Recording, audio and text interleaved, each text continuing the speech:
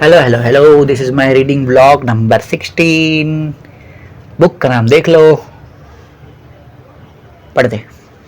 The writer and farmer Gokar blogger Emily Gould, a real life Hannah Horvath, if there were ever was one, realized this during her 2 year struggle to get a novel published. Though she had a six-figure book deal, she was stuck. Why? She was too busy spending a lot of time on the internet. That's why. तो हमारा कहानी दूसरा कहानी। पिछले बार तो कौन सा कहानी पढ़ा था? वो पॉलिटिशियन का जिसने बुक लिख के सोचा था कि मैं इलेक्शन जीत लूंगा। अभी एक राइटर थी और ब्लॉगर थी जिसका नाम था एमिली गूल्ड। उसने भी सेम चीज रियलाइज किया कि ईगो हमको काम करने से रोकता है और बातचीत में ज्यादा उलझा देता है। तो उसने एक बुक पब्लिश कराने में उसको 2 साल का स्ट्रगल लगा।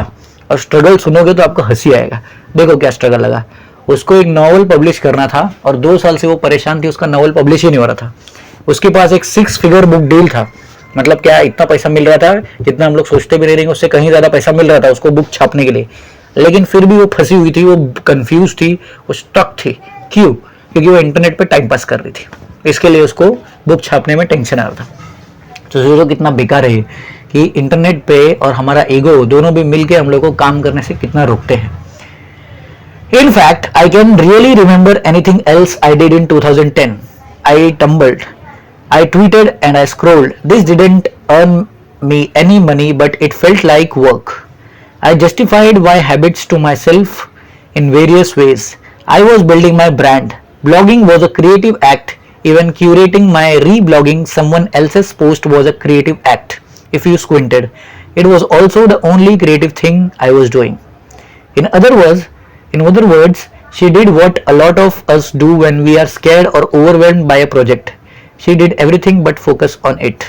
The actual novel she was supposed to be working on called stalled completely for a year. अभी इनफैक्ट अभी वो अपने बारे में बताती है कि उस टाइम पे मैंने 2010 में कुछ और किया ही नहीं। मैंने टम्बल किया, मतलब टम्बलर करके एक प्लेटफॉर्म था पहले, उस पे पोस्ट किया, मैंने ट्विटर पे पोस्ट किया और मैं स्क्रॉल करते रहती थी। दिन भर ये काम करती रहती थी। मुझे लगता था कि मैंने बहुत काम किया, लेकिन कुछ करती नहीं थी। वो एक्चुअल में कोई काम नहीं था, क्योंकि उससे कुछ पैसा तो आता नहीं था। और अलग अलग तरीके से मैं अपने हैबिट को जस्टिफाई करती थी, ऐसा वो बताती है। और ऐसा लगता था, मतलब कोई अगर पूछता था कि आप अपना बुक क्यों नहीं पब्लिश कर रहे हो, आप तो बुक पब्लिश कर सकते हो, आपके पास तो 6 फिगर डील है, तो बुक पब्लिश करो। तो बोलती कि I am building my brand. मैं इतना सारा ब्लॉग्स लिखती हूँ और दिन भर ट्विटर पे पोस्ट करती हूँ, तो इससे मेरा ब्रांड बनता है, ऑनलाइन मेरा प्रेजेंस होगा। ऐसा वो जस्टिफाई करती थी और एक्सक्यूजेस देती थी। ब्लॉगिंग एक क्रिएटिव एक्ट था और दूसरे का ब्लॉग को भी रीब्लॉग करना भी एक ऐसा क्रिएटिव एक्ट लगता था। और जैसा हम लोग करते हैं कि अगर हमको हमारे पास कोई बड़ा सा प्रोजेक्ट आता है जिसमें हमको लगता है कि हम लोग कर सकते हैं, ऑलमोस्ट वो हो गया रहता है, बस एक लास्ट स्टेप पूरा करना रहता है, वो स्टेप से हम लोग इतना ओवरवेल्म हो जाते हैं कि देखो देखो इतना बड़ा प्रोजेक्ट हम लोग ने आज तक किया ही नहीं है। तो मोस्टली जो हम लोग सबके साथ होता है कि हम लोग उस पर फोकस छोड़ के बाकी सब चीज पे फोकस करते हैं, क्योंकि हमको लगता है कि वो तो हो गया ही है, मतलब ऑलमोस्ट हो गया, तो फिर इस पर क्या ही ध्यान देने का। सेम चीज इसने भी किया। क्या नाम था इसका? एमिली गूल्ड। इसने भी सेम किया। तो वो अपने बुक के पब्लिकेशन को छोड़ के ब्लॉगिंग, टम्बलर, ट्विटर सब जगह पे पोस्टिंग चालू कर दिया उसने। It was easier to talk about writing, to do the exciting things related to art and creativity and literature than to commit the act itself. तो अभी इसको, राइटर को इंटरनेट पे जाके राइटिंग के बारे में बातचीत करना बहुत आसान था, पोस्ट करना बहुत आसान था, लेकिन राइटिंग करना बहुत उसको मुश्किल पड़ रहा था, क्योंकि उसके लिए वो अभी ऐसा फील करती कि मैं तो एक्सपर्ट बन गई हूँ और मैं अभी राइटिंग के बारे में बात करूंगी, अपना एक्सपर्टीज शेयर करूंगी, अपना ऑनलाइन प्रेजेंस बनाऊंगी, ब्रांड बनाऊंगी। तो एक्चुअल काम पे फोकस छोड़ के ये बाकी सब कुछ कर रही थी।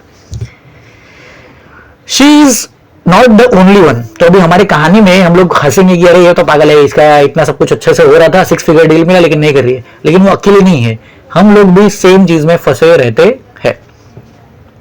Someone recently published a book called Working on My Novel, filled with social media posts from writers who are clearly not working on their novels. बीच में किसी ने एक बुक पब्लिश किया जिसमें लिखा था पब्लिशिंग माई, उसका नाम था वर्किंग ऑन माई नॉवल। उसमें अलग अलग सोशल मीडिया पोस्ट थे ऑथर्स के, जो लोग अपने नॉवल को जस्ट पब्लिश करने ही वाले थे, बट वो लोग क्या कर रहे थे, सोशल मीडिया पे पोस्ट करने में ऐसे ही फंसे हुए थे। सेम किसके जैसा, एमिली गोल्ड के जैसा। तो वो लोग अपने नॉवल के ऊपर काम छोड़ के बाकी सब जगह पे टाइम पास कर रहे थे, अपने वॉक पे टॉक पे जा रहे हैं, पोस्ट कर रहे हैं, ब्लॉगिंग कर रहे हैं, ट्विटर पे ट्वीट कर रहे हैं, टम्बलर पे टम्बल कर रहे हैं, ये सब टाइम पास चालू था। Writing, like so many creative acts, is hard. Sitting there, staring, mad at yourself, mad at the material because it doesn't seem good enough, and you don't seem good enough. तो writing, जो book writing है, novel writing है, बाकी सब creative acts की तरह बहुत ज़्यादा फ्रस्ट्रेटिंग है। कभी भी क्रिएटिव काम में बहुत ज़्यादा परेशानी होता है। हम लोग ऐसा नहीं कि इजीली जाके किसी ने कुछ बोला, यहाँ से सामान उठा के वहाँ रख दो, कर दिया, बात खत्म हो गया। क्रिएटिव काम में थोड़ा टाइम लगता है, प्लस उसमें बहुत ज़्यादा एफर्ट भी जाता है। अब ये अकेले एक रूम में बैठना, और हमको पता है कि हमने अभी तक जो हमारे दिमाग में चल रहा है वो एक्चुअल में पेपर पे उतरा नहीं है, हमको वो पेपर पे निकालना है, जो हम लोग लिख रहे हैं वो बरोबर नहीं है, फिर अपने आप पे गुस्सा आता है कि मैं जो लिख रहा हूँ बरोबर नहीं है। तो राइटर्स के साथ में ऐसा होता है। In fact, many valuable endeavors we take are painfully difficult, whether it is coding a new startup or mastering a craft. अगर एक्चुअल में देखेंगे तो हम जितने भी नए नए प्रोजेक्ट्स करते हैं, जो हमको लगता है कि अभी कुछ नया हम लोग कर सकते हैं, हमारे अंदर पोटेंशियल है, हमारे अंदर कैपेबिलिटी है, वो होता मुश्किल ही है। बाहर से देखने के लिए हम लोग को लगता है हाँ कर लेंगे, लेकिन जब करने बैठते हो तो वो मुश्किल होता है। जैसे वीडियो बनाने के टाइम पे भी मेरे साथ भी ऐसा होता है। मैं सोचता हूँ रोज एक वीडियो बनाऊंगा, रोज वीडियो पोस्ट करूंगा, मुझे रिकॉर्ड करने के लिए 15 मिनट जाता है, एडिट करने के लिए आधा घंटा जाता है, तो रोज मैं कर सकता हूँ। लेकिन रोज करने के लिए बैठना, वो अपने आप पे गुस्सा आता है कि नहीं नहीं आज नहीं कल, थोड़ा फिर डिस्ट्रैक्शन आता है, मोबाइल फोन चला लेता हूँ, ट्वीट कर लेता हूँ, ट्वीट नहीं सॉरी स्क्रॉल कर लेता हूँ, तो यूट्यूब पे मैं टाइम पास करते रहता हूँ। तो ये सेम चीज सबके साथ में होता है, मेरे साथ तो बहुत ज्यादा होता है। But talking is very easy and always easy. लेकिन इसके अलावा हमारा काम छोड़ के बातचीत करने को बोल दो तो हम लोग उसमें एक्सपर्ट है। सब लोग बातचीत करने में इजी होते हैं कि बड़बड़ करने के लिए बोल दो सब शुरू हो जाते हैं। We seem to think that silence is a sign of weakness, that being ignored is a tantamount to death, and for ego this is true. So we talk as though our life depends on it. तो हमको ऐसा लगता है कि शांत रहना कमजोर लोग की निशानी है, इसके लिए हम लोग हमेशा बड़बड़ करते रहते हैं, बातचीत करते रहते हैं। और अगर लोग हमको इग्नोर करेंगे, अगर हम कुछ बोलेंगे नहीं तो लोग हमको इग्नोर करेंगे और ऐसा लगेगा कि हम मर गए, मतलब हमारा एग्जिस्टेंस ही नहीं रहेगा। ईगो को भी ऐसा ही लगता है, इसके लिए ईगो हमसे बार बार बात करवाता है कि अगर कुछ बोलेगा नहीं तो मैं तो मर जाऊंगा, कुछ बोलेगा नहीं तो मैं तो एग्जिस्ट ही नहीं करूंगा, मेरा क्या लेना देना है, आपकी लाइफ में मेरा कुछ रोल ही नहीं है। तो इसके लिए हम अपनी बातचीत हमेशा जारी रखते हैं, काम छोड़ के हम लोग बकबक करते रहते हैं, और ऐसा लगता है कि हम लोग बकबक नहीं करेंगे तो हम लोग दुनिया में एग्जिस्ट ही नहीं करेंगे। होता है आपके साथ भी? In actuality, silence is strength, particularly early on in any journey. As the philosopher, and as it happens, a hater of newspapers and their chatter, Kierkegaard warned, mere gossip anticipates real talk, and to express what is still in thought weakens action by forestalling it.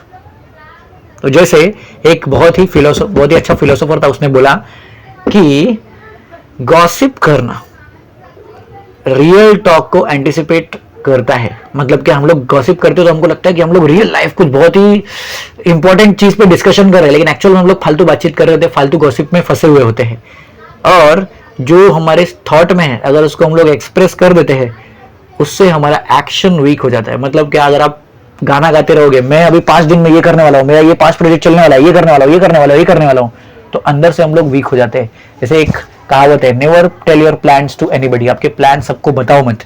क्योंकि क्या होता है, हम लोग ने एक बार plan अपने दूसरे को बता दिया तो माइंड को मैसेज चले जाता है कि ये काम चल रहा है शायद, तो दिमाग में वो केमिकल्स हार्मोन्स रिलीज हो जाते हैं और हमारा एक्शन वीक हो जाता है। और ये जो फिलोसोफर जिसने ये बोला है कि गॉसिप की वजह से, गॉसिप ऐसा लगता है कि रियल टॉक है और एक्चुअल में हमारे एक्शन को वीक करता है, ये तो न्यूज़पेपर्स और न्यूज़पेपर में जो बकबक छपता था उसको बहुत ही हेट करता था। मतलब बोलता है न्यूज़पेपर पढ़ो ही मत। And that's what is inside us about talk. तो यह अंदर की बात है बातचीत के बारे में, जो जितना ज़्यादा बड़बड़ करता है वो एक्शन लेने में उतना ज़्यादा कमज़ोर होते जाता है। Anyone can talk about himself or herself. कोई भी अपने बारे में बातचीत कर सकता है, अपने बारे में बता सकता है, मेरे अंदर बहुत दुख है, मुझे बहुत तकलीफ है, ये हो रहा है मेरे साथ, बहुत दुख है, अरे आजकल ये टेंशन है, मेरे घर पे टेंशन है, मेरे बाहर टेंशन है, मेरे जॉब पे टेंशन है, मेरे दोस्त लोग के साथ में टेंशन है, मेरे रिलेशनशिप के साथ में टेंशन है, मेरे बॉयफ्रेंड चिक चिक करता है, मेरी गर्लफ्रेंड झिक झिक करती है, बहुत सब कुछ बातचीत कर सकते हैं। लेकिन लेकिन लेकिन even child knows how to gossip and chatter. एक बच्चे को भी पता होता है कि गॉसिप कैसे करना है, बड़बड़ कैसे करना है, क्योंकि बच्चे को अटेंशन चाहिए होता है। Most people are decent at hype and sales, so what is scarce and rare silence. तो ऐसे केस में जहाँ पे सब लोग बड़बड़ करने वाले लोग हैं, सब अटेंशन सीकर्स बन रहे हैं, इससे ऐसे में आप कौन सी रेयर चीज़ कर सकते हो? आप शांत रह सकते हो। यू कैन प्रैक्टिस साइलेंस, और वो सबसे हार्ड चीज़ है करने के लिए।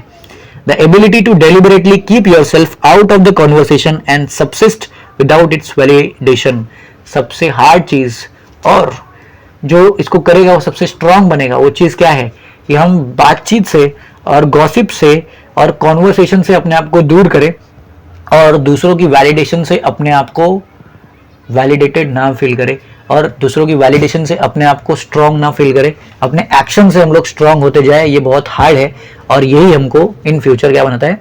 स्ट्रांग बनाता है। Silence is the respite of the confident and the strong.